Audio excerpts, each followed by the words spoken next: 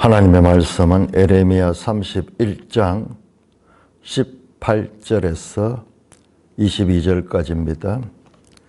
에레미야 31장 18절. 제가 왜 이 31장 부분을 이렇게 짤막짤막하게 그리고 자세하게 설명하느냐 그러면은 그만큼 이 내용들은 중요한 내용이요. 31장 전체가 구약 성경 전체에서도 가장 하나님의 구원에 관한 깊은 계획을 드러내는 그와 같은 장입니다. 그래서 뒤에 가서 좀 산문체로 나온 내용은 좀 빨리 지나가더라도 이 본문들은 자세히 공부해야 되고, 이단들이 이런 본문을 가지고 이단들이 접근을 하고요. 잘 이해를 못하니까는 그래서 그들은 자기들 나름대로 논리 가지고 이런 말씀들로 기성교회를 공격을 합니다. 기성교회가 말씀 앞에서 오히려 그들을 지도할 수 있어야 되는데요. 그들은 한쪽으로 치우쳐져 있거든요. 전체를 보면 그래서 자세하게 봅니다. 31장 18절. 에브라임이 스스로 탄식함을 내가 분명히 들었노니 주께서 나를 징벌하심에 멍에에 익숙하지 못한 송아지 같은 내가 징벌을 받았나이다. 주는 나의 하나님 여호와이시니 나를 이끌어 돌이키소서. 그리하시면 내가 돌아오겠나이다. 내가 돌이킨 후에 뉘우쳤고 내가 교훈을 받은 후에 내가 내 볼기를 쳤사오니 이는 어렸을 때 지옥을 짐으로 부끄럽고 욕됨이니이다 하도다. 에브라임은 나의 사랑하는 아들, 기뻐하는 자식이 아니냐. 내가 그를 책망하여 말할 때마다 깊이 생각하노라. 그러므로 그를 위하여 내 창자가 들끓으니 내가 반드시 그를 불쌍히 여기리라. 여호와의 말씀이니라. 처녀 이스라엘아, 너희 이정표를 세우며 너희 편말을 만들고 큰 길 곧 내가 전에 가던 길을 마음이 두라. 돌아오라, 내 성읍들로 돌아오라. 반역한 딸아, 네가 어느 때까지 방황하겠느냐. 여호와가 새 일을 세상에 창조하였나니 곧 여자가 남자를 둘러싸리라. 오 하나님 아버지, 은혜를 감사합니다. 오늘 이 본문을 잘 깨달을 수 있도록 성령 하나님 도와주시옵소서. 예수님 이름으로 감사하며 기도드리옵나이다. 아멘. 자, 우리는 이 성경을 해석을 할 적에 문맥을 따라서 해석을 해야 됩니다. 지금 30장에서 1장까지는 아주 특별한 내용이에요. 이 전부 다 뭐냐면 하나님의 신탁이라고, 신탁. 하나님의 계시의 말씀. 한자어로 이걸 갖다 신탁이다. 신의 말씀. 하나님이 말씀하는 거예요. 하나님이 독백하는 거예요. 하나님이 말씀하는. 그러니까 하나님의 속 깊은 생각들이 지금 토해지고 있습니다. 이 33장까지가 이 위로의 말씀이라 그랬죠. 근데 이제 우리가 보겠지만 32장은 이거는 산문체로 됐어요. 산문체로 뭐가 됐냐 그러면은 그 당시에 다시 에레미야의 땅을 사고 뭐 이런 이야기가 나와요. 그것도 왜 그 이야기가 여기에 들어있는가 우리가 나중에 이제 봐야 되겠지만은 이 30장에서 33장 이 위로의 책의 맥락이 뭐냐 그러면 우리가 했잖아요. 위로잖아요. 위로라는 건 뭐냐 그러면 과거의 잘못에 대한 심판 이후에 그들을 회복시켜주는 그들을 회복시키는 거예요. 그런데도 이 내용 가운데 이스라엘에 대한 심판 같은 내용이 나오는데 그건 뭐냐 그러면 그건 심판이 아니고 그러나 내가 너희를 회복할 것이다. 전부 다 회복이에요. 목적이 회복입니다. 너희가 원인적으로는 너희가 죄를 짓고 거기에 대해서 그로 인하여 심판을 받고 징계를 당했지만은 그게 끝이 아니고 그러나 하나님께서 너희를 그 과정을 거친 후에 그러니까 이 뭐냐 그러면은 뽑고 파괴하고 파멸하고 넘어뜨리고 뭐예요? 전부 이게 심판입니다. 심판. 이게 심판이고 그래 이게 끝이 아니에요. 다시 세우고 자, 이거 세우는 것은 다시예요. 다시. 자, 여기 지금 보세요. 여러분들 지금 이 위로의 책에 보면은 계속 반복해서 드러나는 것이 오드 하는 이 다시 가는 거예요. 다시. no more. 더 이상 없이 또는 again. 이 단어가 계속 나옵니다. 다시 세우고 rebuilding 다시 세우고 그 다음에 다시 심고 이게 에레미야 1장 10절에 에레미야 전체 주제예요. 전체 주제. 그래서 이 심판으로 인한 고통, 슬픔, 아픔 그래서 에레미야를 눈물에 선지하는. 그러나 이게 끝이 아니고 이 과정을 거쳐서 리빌드하고 리플랜트하는 다시 심어서 이전보다도 훨씬 새로운 새 창조예요. 새 창조. 창조되었는데 이게 죄로 말미암아 부패되어 버렸어. 부패되어서 그걸 어떻게 하냐? 이거를 완전히 재개발하기 위해서는 먼저 있던 것을 다 파괴를 해야 돼. 그런데 그 파괴할 때 그 아픔이 엄청나겠죠. 그런 다음에 하나님은 다시 새 창조란 새 창조. 여러분 이게 성경 전체의 주제예요. 창세기 1장에 하나님이 천지를 창조하셨죠. 창조죠. 창조. 그런데 창세기 3장에 마귀가 이 사람을 미혹해서 하나님 말씀을 불순종하죠. 그게 죄예요. 죄의 결과 부패되고 부패가 지속되면 사망하는 거예요. 사망이요. 반대로요. 사망했기 때문에 부패될 수도 있어요. 살아있을 때는 죽으면 바로 일어나는 게 바로 시작되는 게 부패함이에요. 그래서 죄, 사망, 부패 이 전부 죄로 인한 현상들이요. 죄로 인하여 일어나는 것들입니다. 그래서 하나님은 온 세상이 이와 같은 상태로 가는 거예요. 이와 같은 거예요. 그 이스라엘 역사를 통해서 보여주는 거예요. 그런데 하나님께서는 새 창조를 하시는데 이 모든 것들을 다 파괴한 다음에 새로운 창조를 새 창조.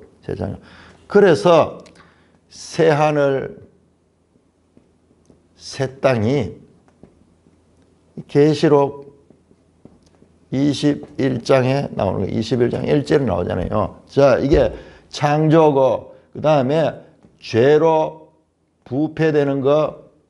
여기 창세기 삼장이잖아요. 삼장. 정령 죽으리라. 마지막 이 66권 성경의 거대한 이와 같은 파괴와 여기에서 엣 땅과 엣 하늘은 다 물러가고 새 하늘 새 땅이 새롭게 된 그래서 새 창조예요. 새 창조. 성경의 모든 주제가 여기 들어있어요. 여기.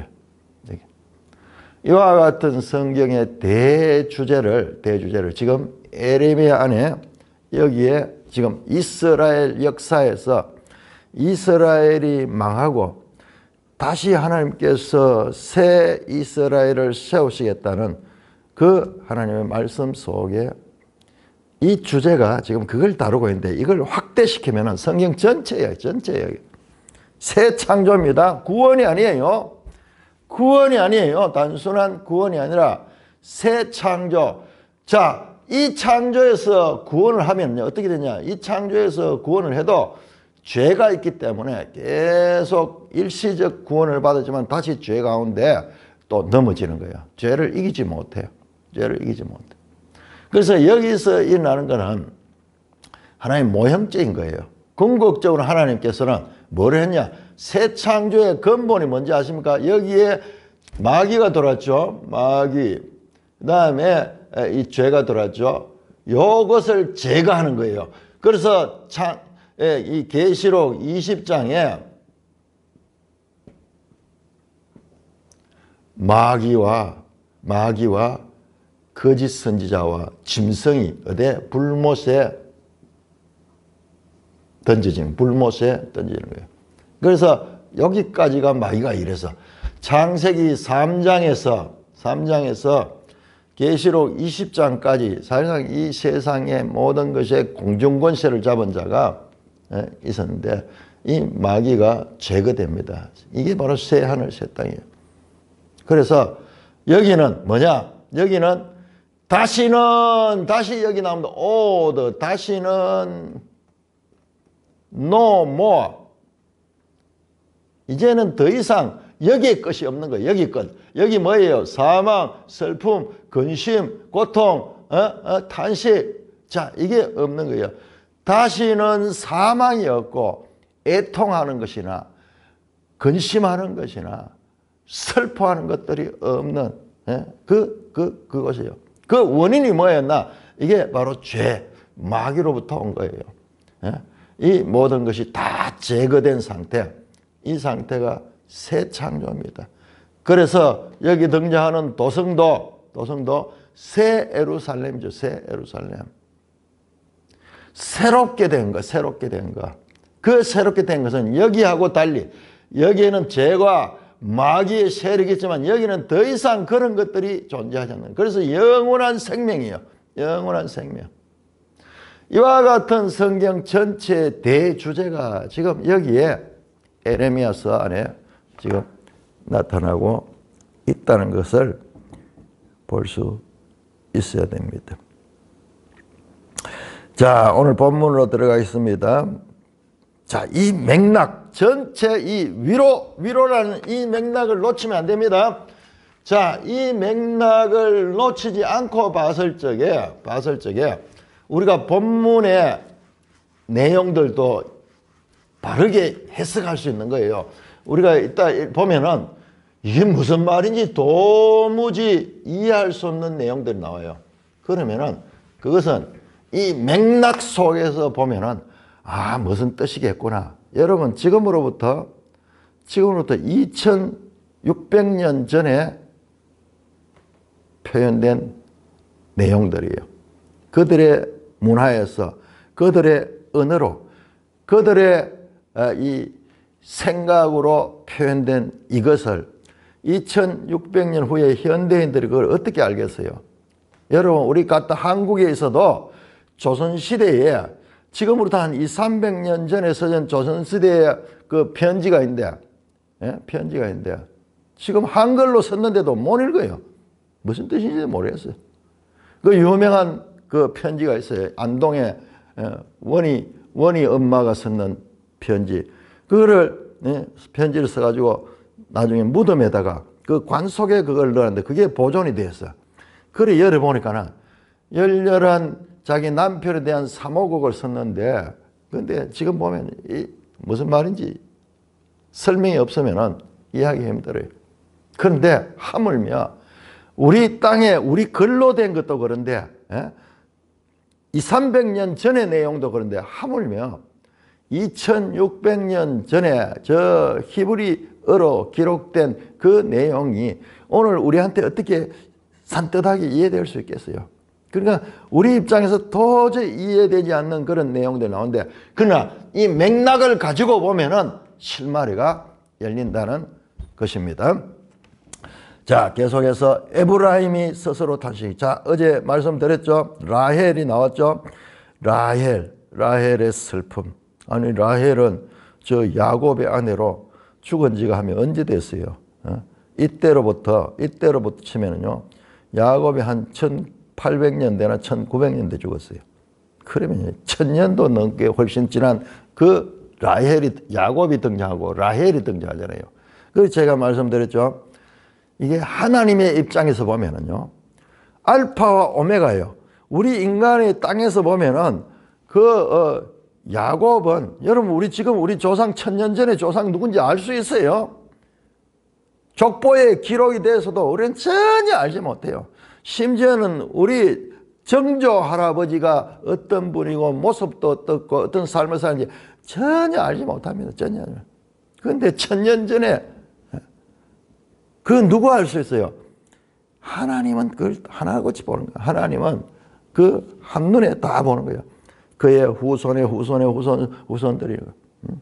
우리 같은 인생들도 이제 나이가 늙으면은 그 어린아이들이나 젊은이들을 보면은 그 부모를 같이 떠올리듯이 그 부모를 떠올리고 보거든요. 젊은이들은 그걸 못 보죠. 왜? 우리는 그 과정들을 알기 때문에. 하물며 백년남짓한 역사도 살지 못하는 인생으로서도 그와 같이 나이 들면은 이 사람들을 그 과거까지 조명해서 그 부모의 조상까지 조명해서 볼 수 있듯이요. 하나님은 영원하시기 때문에 야곱이 지금 현재 하나로 겹쳐 보이는 거예요. 그래서 말씀을 합니다. 라헬 출산하다가 베냐민을 출산하다가 그렇게 죽었던 그 라헬의 슬픔, 그것이 현재 이스라엘이 망하면서 그 수많은 어머니들이 그 자식들이 포로로 잡혀가는 그 라마, 그 포로 집결지, 여기서 분류를 해가지고 저 먼 나라 다시는 돌아올 수 없는, 이제 헤어지면은 우리도 역사예요. 저 중국으로 사람들이 막 볼모로 잡혀가고 있는데, 그러면요 평생 다시 돌아온다는 보장이 없어요. 영원한 이별이에요. 그러니까 그 자식들과 어머니가 슬픔의 장소. 얼마나 이 본문이 안타까웠으면 예수님이 출생할 때 베들레헴에 그 2살 이하의 남자 아이들을 다 죽일 때 그 베들레헴의 슬픔과 어머니의 통곡 같은 이 본문을 거기에 인용을 하잖아요. 그와 같은 슬픔. 그런데 보세요. 그 슬픔으로 끝나는 것이 아니고, 그렇지만 이제 그 슬픔은 끝이 나서 소망이 있어. 너 자녀들이 돌아올 거야. 이제 돌아올 거야. 그 말씀이 17절에 나왔죠. 장래에 소망이 있을 것이라 너희 자녀들은 자기 지경으로 돌아오라 여호와의 말씀이니라. 자, 핵심은 여기 있습니다. 슬펐지만은 돌아온다. 이 맥락은 전부 위로의 책은 전부 그렇습니다. 오늘 본문도 그런 관점에서 읽으면 해석이 돼요. 에브라임이 스스로 탄식함을 내가 분명히 들었다. 자, 에브라임이 누구예요? 에브라임이 라헬로 치면은 라헬의 손자죠.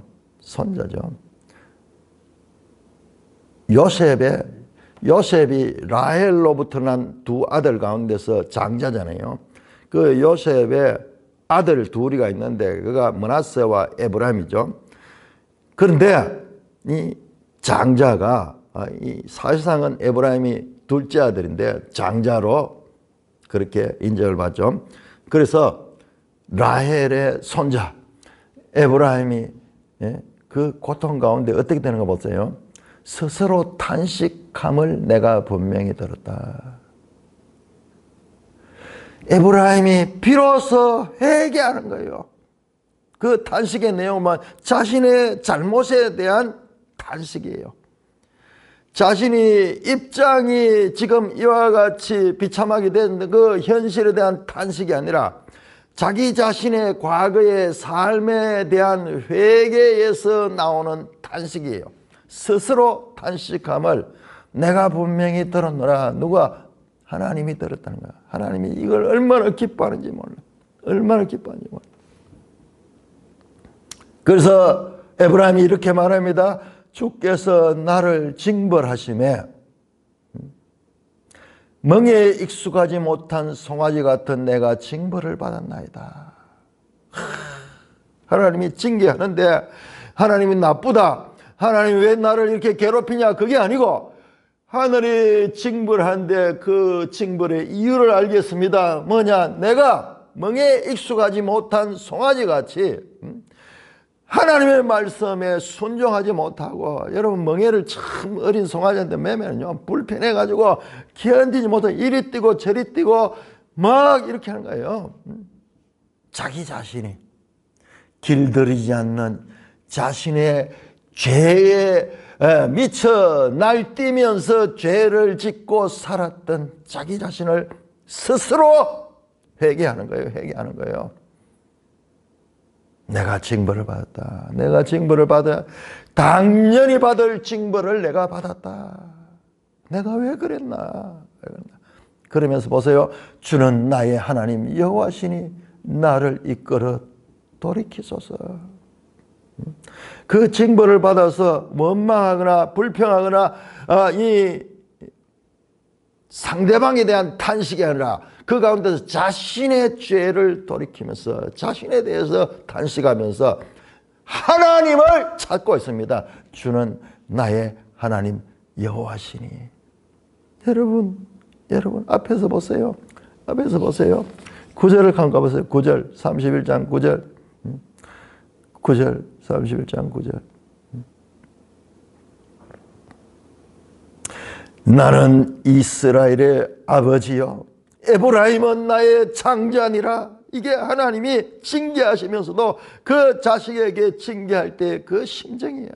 그러니까 내 자식을 징계할 적에 그가 바른 길로 오고 그가 살 길로 오고 그가 잘 될 수 있는 길을 위하여 징계하는 그 아버지의 심정.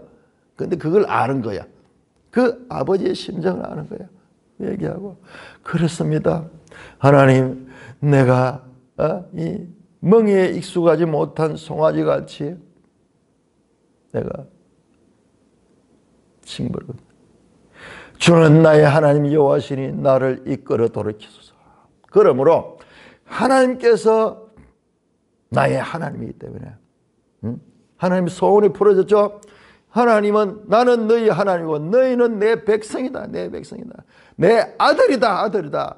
그러니까는 아버지에게 하나님 아버지를 고백합니다. 그러면서 나를 이끌어 돌이키소서.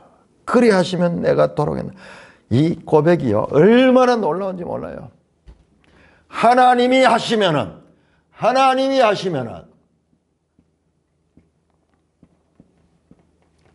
사람이 돌아오는 거예요. 하나님이 먼저 하나님이 주권적으로 하시면은 사람이 책임적으로 행동하는 거예요. 지금 이 고백이 나오는 거예요. 내가 돌이키겠습니다 아니고 하나님이 돌이켜 주시면은 내가 돌아오겠나이다. 보세요. 순서가 뭐냐? 나를 이끌어 돌이키소서. 하나님께서 나를 이끌어 돌이켜 주시면 내가 돌아올 수 있습니다. 하나님의 절대 주권에 대한 인정이 하나님 절대 주권. 내가 하나님 내가 잘못했습니다. 내가 돌이키겠습니다가 아니고 그 가운데서도 하나님께서 나를 이끌어 돌이켜 주시면 내가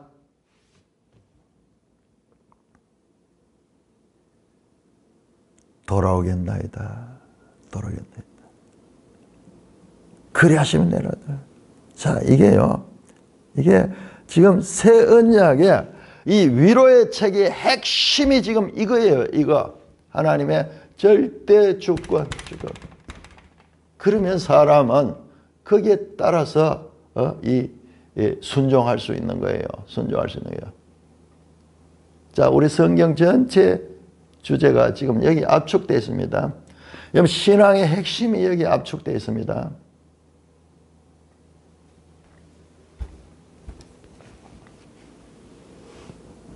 내가 돌이킨 후에 뉘우쳤고, 자, 에브라임이 말합니다.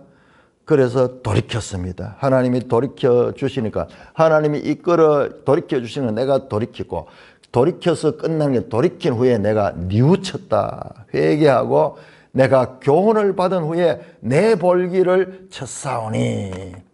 자, 매일 성경에 내 볼기를 치는 것에 대한 주석이 나옵니다. 볼기, 넓적다리를 치는 것은 가슴을 치는 것과 마찬가지로 비탄과 비통을 표현해야 한다. 자기 자신에 대한 탄식을 하면서 내가 죄인이었구나. 내가 죄를 지었구나. 내가 이 하나님을 모르고 내가 내 멋대로 살면서 멍에에 익숙하지 못한 송아지같이 내 마음대로 살면서 죄를 지었구나. 그러면 스스로 뉘우치는 거야. 자, 스스로 돌이킨 후에 뉘우쳤고, 앞에서도 나오죠. 스스로 탄식하고 하나님의 은혜를 입고 내가 스스로 돌이키고 내가 스스로 탄식하고 내가 스스로 깨우치는 거예요. 깨우치는 거예요. 이는 어렸을 때의 치욕을 짐으로 부끄럽고 욕됩니다. 뭐예요? 어렸을 때 하나님 없이 죄만 짓고 살았던 그 모든 과거의 이스라엘의 역사가 부끄럽고 욕되다. 자신의 죄를 바르게 보는 거예요. 자신의 죄를 바르는 거예요.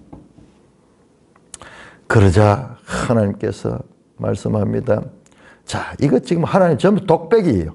하나님 독백이에요. 이스라엘 입장에 내가 하나님이 또 말씀하시고, 그러니까는 내가 이 소리를 들었단 말이야.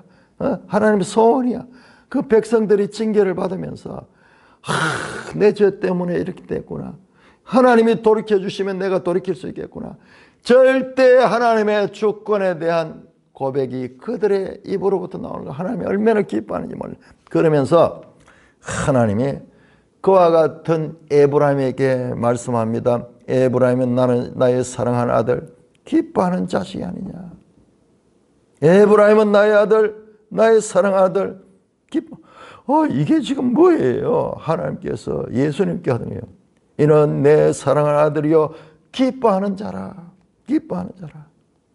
하나님이, 에브라임은 누구예요? 저 북이스라엘 하나님을 대적하며 그 나라를 쪼개면서 나갔던 우상 숭배로 빠져서 멸망했던 그 하나님의 불효자식 같은 에브라임이 하나님께서 기뻐하시고 사랑하시고 아무리 죄를 짓고 아무리 하나님을 대적했을지라도 하나님은 그 자식에 대한 사랑은 그 자식은 변치 않는. 우리 인간들이 여기에 조금이라도 인간이 이와 같은 것을 보여주는 건 부모 자식 관계. 여러분 평생 애를 먹이고 평생 나쁜 짓 하고 평생을 부모를 근심하게 했던 자식이 교도소에 들어가서 잡혀있다. 에이, 그놈 잘 됐다. 지 죄에 대한 형벌을 받는구나. 그런 부모 아니에요. 그런 부모는 옳은 부모 아니에요. 아무리 잘못했어도 그 부모는 그 자식을 향하여 나무라고 심지어는 때리기도 하고 심지어는 욕을 하기도 할지라도 그 부모의 마음은 그 마음은 자식을 잊지 못합니다. 잊지 못합니다. 어저께 어디 텔레비에 무슨 내용을 한다. 경상도 아버지가 병이 들어가 입원했어요. 참 무뚝뚝해요. 자식하고 말이 없어요. 자식하고 말이 없어요. 자식이 면회를 오니까는 아버지가 뭐 하는 거야. 왔노? 빨리 가라. 왔노? 빨리 가라. 회사 안 하고 가. 회사에서 일해야지. 여기 와 있노? 평생 자식들 키운다고 일만 하며 살았던 아버지가 건강을 잃고 쓰러지니까 이제 한 40대 된 아들이 찾아왔다. 그런데 이 아들이 뭐라 하는 게 아니라 아버지가 저래도 되게 좋아하신다. 딴 사람이 보면요 진짜 싫어하는 줄 알고. 그런데 아버지 좋아하신다. 그 아들이 그 아버지의 무뚝뚝하지만은 그걸 아는 거예요. 그걸 아는 거예요. 이 하나님의 심정이 지금 그 에브라임이 지 잘못을 인정하고 그러는 걸 보고 하나님 너무 기뻐하시며 하나님이 내가 사랑하는 아들 내 기뻐하는 자식이 에브라임이다. 내가 그를 책망하며 말할 때마다 깊이 생각하라. 하나님이 그의 잘못을 꾸짖고 지적할 때마다 하나님은 그 속 생각이 더 깊은 거야. 깊은 거야. 그러므로 그를 위하여 내 창자가 들끓으니 내가 반드시 그를 불쌍히 여기라. 잘못하면 잘못하고 하나님 앞에 대적하고 반역하고 심지어는 하나님을 업신여기며 할지라도 하나님은 스스로 창자가 들끓네요. 이걸 갖다가 우리 말에서는 단장의 슬픔이에요. 단장. 창자가 끊어지는 것 같은 슬픔. 이게 그 표현을 하나님의 창자가 들끓는 거. 하나님이 속이 다 상하는 거. 속이 다 상하는 거. 그렇지만은 깊이 생각하고 내가 반드시 그를 불쌍히 여기리라. 여호와의 말씀이라. 그 에브라임이 이제 하나님 앞에 돌아와서 회개하니까 하나님께서 내가 그를 반드시 불쌍히 여겨서 그를 회복시킬 것이다. 위로입니다. 위로. 앞에 나오는 내용까지 보면 안 돼요. 쫙 맥나와. 자, 그 다음에 우리 성경 전체에서 제일 난제 같은 본문이 나옵니다. 처녀 이스라엘아. 하나님이 갑자기요. 여러분 이걸 봐야 돼요. 하나님 독백입니다. 그러니까 우리가 인간적으로 하나님이요. 되게 다혈질이야. 저처럼 다혈질이야. 뭐를 했다가 또 막 슬퍼하는 것 같고 이게요. 하나님이 우리 인간처럼 의인화해서 선지자를 통해서 하나님의 마음을 드러내는 거예요. 그래서 거기 보면은 이제 나옵니다. 처녀 이스라엘아. 내가 앞에 맥락을 보세요. 에브라임을 불쌍히 여긴다 했죠. 자, 에브라임, 이스라엘 전부 같은 나라죠. 이스라엘을 대표하는 이 지파가 에브라임 지파예요. 그래서 불쌍히 여기겠다. 내가 반드시 너를 불쌍히 여기겠다. 너는 내 사랑 알고 기뻐하는 자식이다. 그러면서 갑자기 하나님이 처녀 이스라엘아. 너의 이정표를 씌우며 너의 편말을 만들고 큰 길, 곧 네가 전에 가던 길에 마음을 두라. 무슨 말인지 아십니까? 이정표를 씌워라. 옛날에는 길을 가면은 이게 어디로 가는 길이다 하는 그 이정표를 씌워야 돼. 안 그러면요. 오늘날처럼 이렇게 도로 상황이 좋지 않아요. 너희 편말을 만들고 큰 길, 내가 전에 가던 길, 포로로 잡혀가던 길이죠. 포로로 잡혀서 저 멀리 아수르로 잡혀가던 그때 그걸 기억하고 마음에 두고 그 길로 돌아오느라. 그 길로 잡혀갔던 길로 다시 이정표를 세워서 여러분 수백만 명이 돌아올 때 어마어마하겠죠. 그러면 이 표시가 있어야 되고 그렇겠죠. 돌아오라는 그 말씀입니다. 네 성읍들로 돌아오라. 하나님이 돌아오시게 하시는 거예요. 앞에서 나왔죠. 하나님 나를 이끌어 돌이키소서. 그리하면 내가 돌아오겠나이다. 하나님이 돌이켜 주시니까 하나님이 돌이켜 주십니다. 그래서 돌아오는 길을 지금 준비하라고 말씀합니다. 반역한 딸아, 네가 어디까지나 반역한 딸이야. 반역한 딸. 과거 이스라엘은 과거 방황했어. 네가 어느 때까지 방황했느냐. 자, 여러분 보세요. 처녀 이스라엘. 이게 시적인 표현이죠. 처녀 이스라엘. 반역한 딸. 자, 앞에 뭐가 나왔습니까? 라헬 나왔죠. 라헬. 자, 공통점이 다 뭐예요? 공통점이 다 여자입니다. 여자를 갖다. 하나님은 이스라엘 백성을 여자로 그렇게 많이 표현했어요. 많이 표현했어요. 내가 그들의 남편이 되었어도 그들이 나를 버렸다. 여러분 호세아 이야기도 많이 나오죠. 지금 에스겔에도 나옵니다. 하나님이 선지서를 통해서 보면 하나님이 그 백성들을 아내처럼 딸처럼 사랑하는 여인처럼 그렇게 대하는 그 표현 이게 성경에 많이 나오죠. 자, 그 이야기입니다. 그래서 처녀와 딸아. 자, 제일 난제가 나옵니다. 여호와께서 새 일을 세상에 창조하였나니 곧 여자가 남자를 둘러싸리라. 우리 지난번 개혁성경은 여자가 남자를 안으리라 그렇게 표현되더니 갑자기 난데없이 여자가 남자를 안으리라. 이게 무슨 말이야? 여러분 신천지가 이 말씀을 가지고 말도 안 되는 소리를 가면서 이걸 해석을 아무도 못하는 거야. 우리 교회 다니는 사람들이 이 이야기하면 이거 읽으면 여자가 남자를 알리라. 이게 뭐야? 또 새 일이 뭐야? 여러분 이걸요 제가 말씀을 드렸잖아요. 맥락을 통해서 봐야 돼. 맥락을 통해서. 자,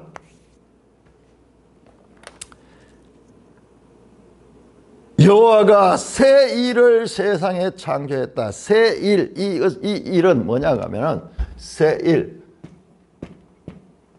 하다시, 새 일. 이거는요 지금까지 없던 일이에요. 지금까지 없던 일. 이제 31절에 가면 30절 새 언약이 나옵니다. 새 언약. 자, 지금 이것도 하다시, 베리트 하다시, 새 일, 새 언약이 나오는데 이거는요 뭐냐 그러면 다시 이전과 다른 거예요. 이전과 다른 새로운 것이야. 아까 나왔죠. No more. 더 이상 뭐뭐 하지 않는 것. 더 이상 뭐뭐 하지 않는 것. 또는 again.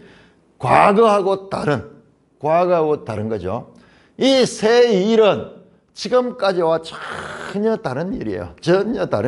어떻게 다르냐. 여자가 남자를 둘러싸리라. 여자는 뭐고 남자는 또 여기 뭐야. 자, 이 원어를 보면은 여자는 네케바, 페멜, woman.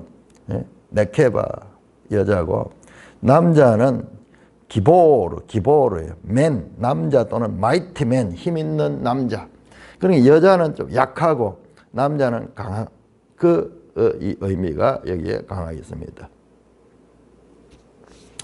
여성이 약한데 근데 여성이 남자를 둘러싸는 거예요. 이 둘러싼다 하는 건 이 킹제임스 번역에는 콤파스라고 돼요. 그리고 ESV는 엔사이클 돼 있는데 우리 지난번 성경에 앉는다 이래 됐는데 그러니까 또 좀 더 이상해. 뭐 남녀 관계 뭐 이런 것으로 이래 보는데 뭐 그런 의미도 뭐 그렇게 해석할 수도 있긴 있어요. 근데 이게 둘러싸는 거는요. 전쟁을 하거나 뭐 이런 거 할 때 포로로 둘러싸는 거. 근데 주로 어떻게 하냐. 강한 남자가 여자를 이렇게 지배를 하고 그를 둘러쌉니다. 그게 보통이에요. 근데 이거는 새 일이잖아요. 새 일. 이때까지 없던 일이잖아요. 여자가 남자를 둘러싸는 겁니다. 강한 남자가 여자를 에워싸는 게 이게 일반적인데 이게 새로 역전이 돼가지고 새로운 일인데 이제 그 여자가 남자를 둘러싸는 이 남자가 누구냐? 지금 여기에 누구예요? 하나님과 이스라엘 관계자. 하나님 이스라엘 관계. 이 맥락을 통해 보면은 이 남자가 하나님 같은 강한 하나님. 그리고 하나님이 일방적으로 이스라엘 안고 일방적으로 사랑하고 하나님이 일방적으로 그래 했는데 이제 반대로 여자가 반역한 딸 이스라엘, 이 불쌍한 처녀 이스라엘, 전부 라헬, 전부 여성성으로 나왔잖아요.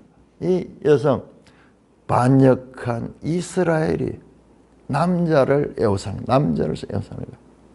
지금까지는 남자가 여자를 에워쌌는데 하나님께서 그 백성을 돌보기 위해서 계속 일방적으로 짝사랑하듯이 했는데 계속 도망가고 계속 배역하고 계속 방황했죠. 싫어했죠. 도망갔죠.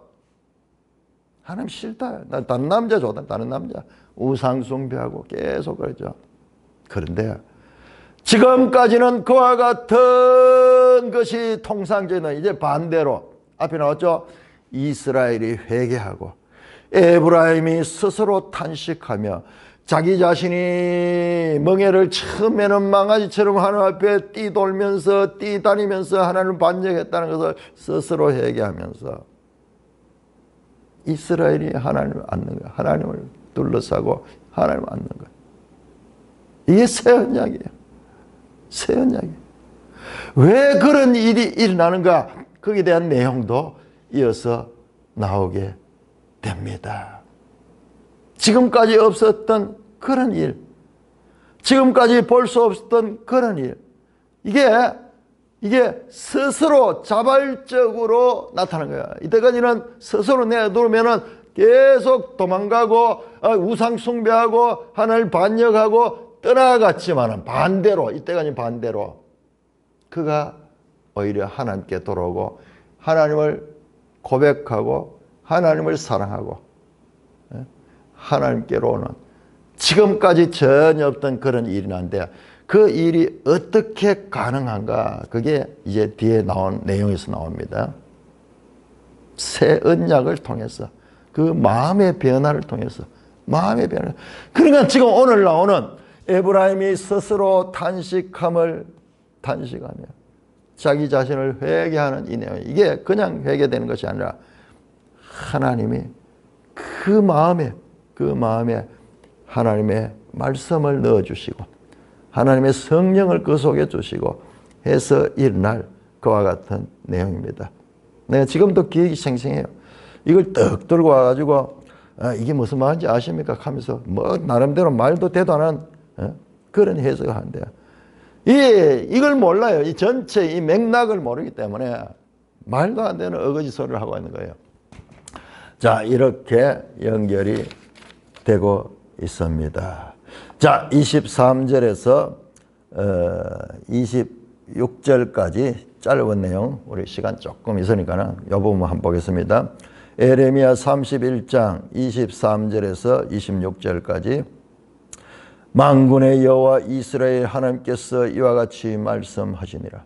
내가 그 사로잡힌 자를 돌아오게 할 때에 그들이 유다 땅과 그 성읍들에서 다시 이 말을 쓰리니 곧 의로운 처소요 거룩한 산이요 여호와께서 내게 복 주시기를 원하노라 할 것이며 유다와 그 모든 성읍의 농부와 양떼를 인도하는 자가 거기에 함께 살리니 이는 내가 그 피곤한 심령을 상쾌하게 하며 그 모든 연약한 심령을 만족하게 하였음이라 하시기로 내가 깨어보니 내 잠이 달았더라. 자, 계속 그 같은 내용입니다. 계속 위로하고 회복하고 돌아오게 하는 그 말씀입니다. 만군의 여호와께서 이스라엘 하나님 여호와께서 말씀하시는 내가 그 사로잡힌 자를 돌아오게 할 때 그 사로잡힌 자 이스라엘도 바벨론의 아수르에서 사로잡혀갔고 유다는 바벨론에 의해서 사로잡혀갔는데 그들을 돌아오게 하신다. 누가? 내가 돌아오게 하신다. 여러분 하나님이 사로잡히게 포로로 잡혀가게 내준 분도 하나님이시고 돌아오게 하신 분도 하나님이십니다. 여러분 보세요.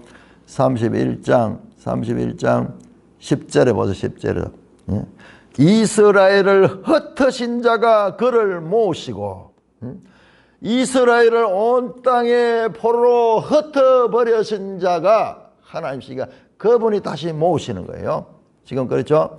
내가 사로잡힌 자를 돌아오게 할 때에 그들이 유다 땅과 그 성읍들에서 다시 돌아와서 유다 땅과 그 성읍 거기에서 다시 오드 이 말씀이 무슨 말씀이냐? 곧 의로운 처소요 거룩한 산이여 여호와께서 내게 복 주시기를 원할 것이야.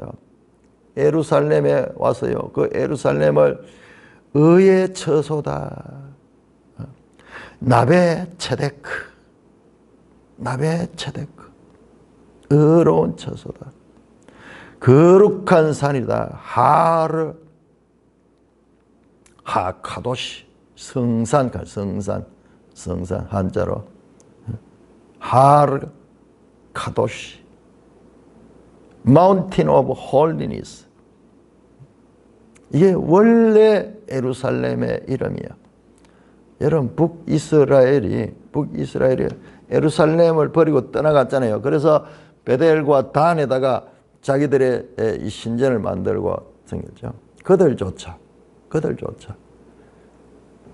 돌아와서 유다 땅으로 와서 그 성읍들 그 예루살렘에 와서 예루살렘이 참 의의 성호고 거룩한 산이다. 그러므로 여호와께서 네게 복 주시를 원하라 할 것이다. 돌아왔어요.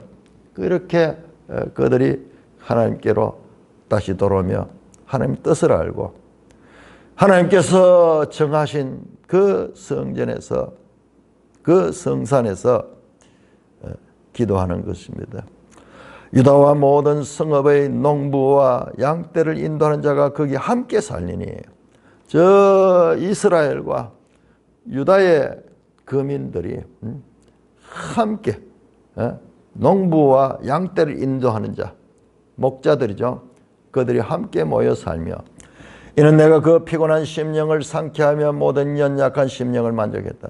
하나님께서 그 상처받고 그 부족하고 연약한 그들의 심령 되죠. 네페시건 혼이에요. 그들의 혼을 새롭게 했다. 리프레시했다. 그들을 만족하였다. 과거에 그들의 영이 하나님을 반역하며 자기 고집을 가지고 그렇게 사는 그걸 하나님 새롭게 하십니다.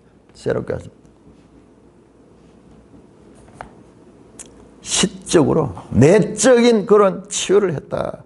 이 내적인 치유가 뭔가 이제 내일 보겠습니다. 그 내적인 치유가 더 구체적으로 나온 게 새 언약. 그들의 마음속에 내 법을 그 마음속에 두고 그 마음에 내 법을 기록하라. 그래서 이 심령이 새롭게 된 거야. 이게 우리 신약으로 보면요. 성령이 우리 속에 와서 내주함으로 주인이 바뀌는 거예요. 성령이 나를 다스리는 그런 변화.